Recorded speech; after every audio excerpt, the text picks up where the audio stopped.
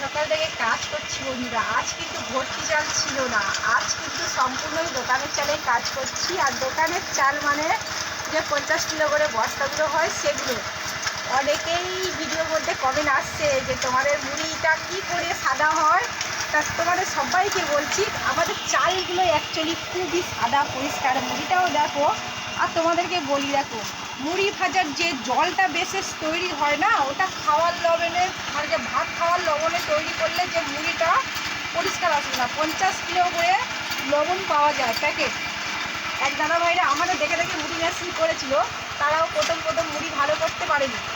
আমাদের মুড়িটা দেখো যেমনই তেমনই তোমাদের মুড়িটা অবশ্যই হবে, কেন হবে না। কিন্তু তোমাদের 50 কিলো করে লবণের প্যাকেট পাওয়া যায়, সেই লবণেই তোমরা কাজ করবে বন্ধুরা। আর তোমাদেরকে বলি যে তোমরা যদি নাও বা বুঝতে পারো, আমাদের লবণ জল তৈরি করার ভিডিও কন্টিনিউ দেওয়া রয়েছে, সেই ভিডিওটা তোমরা অবশ্যই প্লিজ দেখে নিও কেমনভাবে লবণ জল তৈরি করবে না করবে।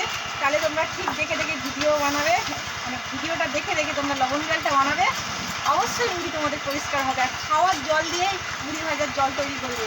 ঠিক আছে বন্ধুরা, এই ভিডিওটা এখানেই শেষ করছি।